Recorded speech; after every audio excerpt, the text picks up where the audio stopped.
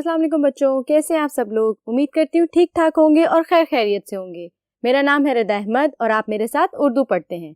तो बच्चों, हम पढ़ रहे थे आपकी किताब का सबक नंबर 24 इल्मुल रियाजी। तो चलें बच्चों, बढ़ते हैं अपने सबक की तरफ और आज ख़त्म करते हैं हिस्सा मश्क को। तो बच्चों, हम बात कर रहे थे आपकी किताब के सबक नंबर 24 के बारे में, जिसका उन्वान क्या था, रियाजी का इल्म या इल्मुल हिसाब। बच्चों, रियाजी को अंग्रेजी में कहते हैं मैथमेटिक्स। आप सब मैथमेटिक्स के बारे में बहुत अच्छी से जानते हैं। रियाजी एक ऐसा इल्म है जो दुनिया में तब से मौजूद है जब से बनी नूए इंसान, यानी जब से इंसान की तख्लीक हुई है तब से ही रियाजी का इल्म चलता आ रहा है।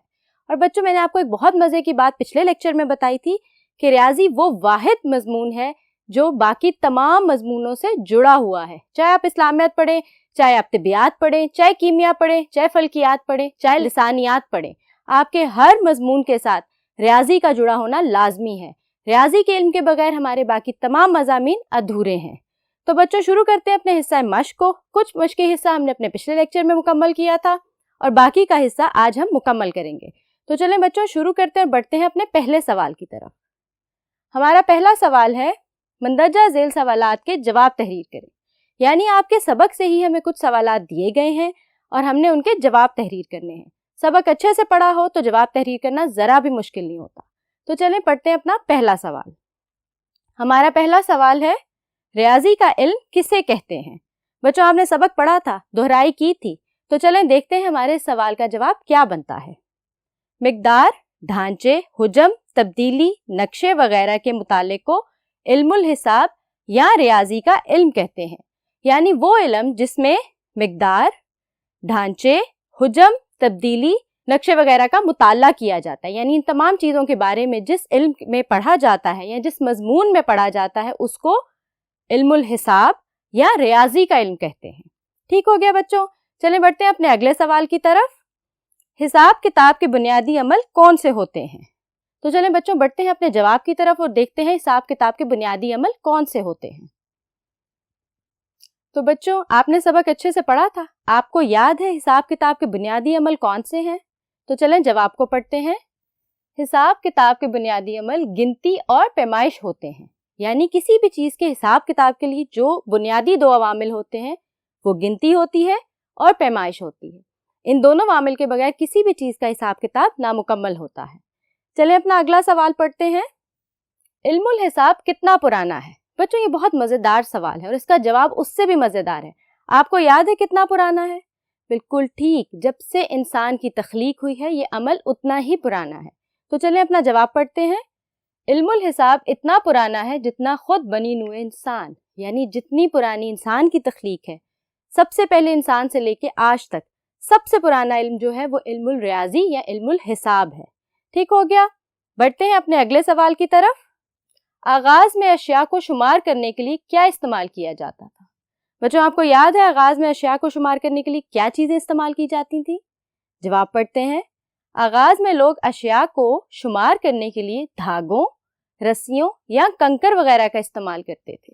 जब इल्मुल रियाजी ने इतनी तरक्की नहीं की थी तो लोग धागों, कंकरों, रस्सियों की मदद से अशिया का शुमार करते थे। ठीक हो गया बच्चों। बढ़ते हैं अपने अगले सवाल की तरफ। गिनती का निज़ाम सबसे पहले किस इलाके के लोगों ने मुतारिफ कराया। बच्चों, ये भी हमने अपने सबक के अंदर पढ़ा था कि किन लोगों ने गिनती का निज़ाम मुतारिफ कराया था। चलें जवाब पढ़ते हैं। गिनती का निज़ाम सबसे पहले वादी सिंध के लोगों ने मुतारिफ कराया था। बच्चों, वादी सिंध की तारीख बहुत पुरानी है।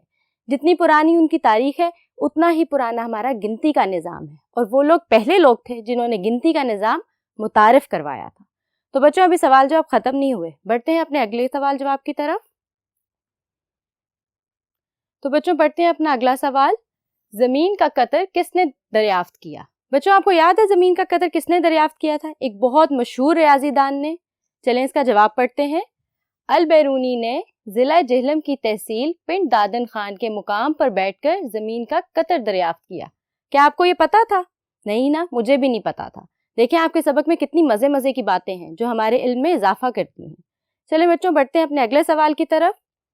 किस इल्म को साइंसी इल्म की माँ कहा जाता है। बच्चों, ये तो बहुत मज़े की बात है। मैंने जैसे आपको अभी बताया कि इल्मुल रियाजी तमाम मज़ामीन के साथ जुड़ा हुआ है। किस इल्म को तमाम उलूम की माँ कहा जाता है। चलें जवाब पढ़ते हैं। علم الحساب کو تمام علوم کی ماں یا ملکہ کہا جاتا ہے۔ ایسا کیوں کہا جاتا ہے؟ کیونکہ کوئی بھی علم نامکمل ہے جب تک وہ ریاضی کے ساتھ جڑے نہ۔ تو بچوں پڑھتے ہیں اپنا اگلا سوال۔ کیسا شخص ہر قدم پر دوسروں کی مدد کا محتاج رہتا ہے؟ تو بچوں اب جلدی سے سوچ کے بتائیں، کیسا شخص ہر قدم پہ دوسروں کی مدد کا محتاج رہتا ہے؟ تو جواب ہے علم ریاضی سے ناواقف شخص ہر قدم پہ دوسروں کی مدد کا محتاج رہتا ہے۔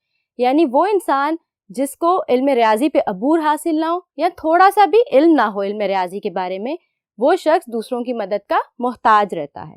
تو بچوں اب تو وہ دور ہی نہیں رہ گیا، اب جو لوگ ان پڑھ بھی ہیں وہ بھی سادہ اور معمولی جمع تفریق کے بارے میں جانتے ہیں۔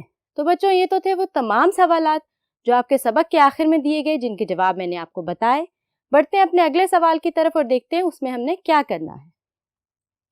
مندرجہ ذیل الفاظ کو جملوں میں استعمال کریں۔ مطلب ہمیں کچھ الفاظ دیے گئے ہیں جن کو ہم نے جملوں میں استعمال کرنا ہے۔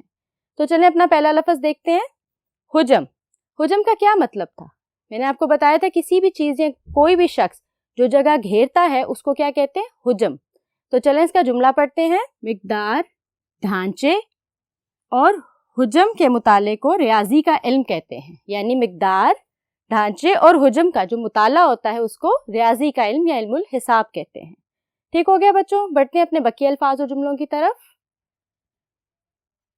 تو بچوں دیکھتے ہیں اپنا اگلا لفظ، پیمائش۔ کیا مطلب تھا بچوں پیمائش کا؟ بالکل ٹھیک، ناپنا، کسی چیز کو ناپنا کہ وہ کتنی چوڑی، کتنی موٹی یا کتنی لمبی ہے۔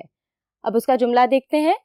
زمیندار نے رقبے کی پیمائش کروائی، یعنی زمیندار نے اپنے رقبے کی پیمائش کروائی، مطلب اس کو نپوایا کہ وہ کتنا چوڑا ہے اور کتنا لمبا ہے۔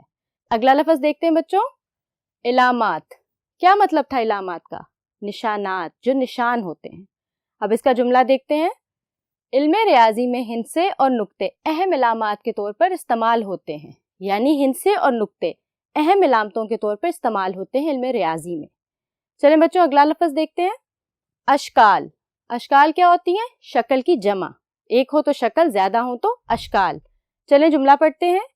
علم الحساب میں اشکال اور حرکات کا مطالعہ بھی کیا جاتا ہے، یعنی علم الحساب میں اشکال یعنی شکلوں کا اور حرکات یعنی حرکتوں کا مطالعہ بھی کیا جاتا ہے۔ آگے بڑھتے ہیں بچوں، غیر مادی۔ غیر مادی کا کیا مطلب تھا؟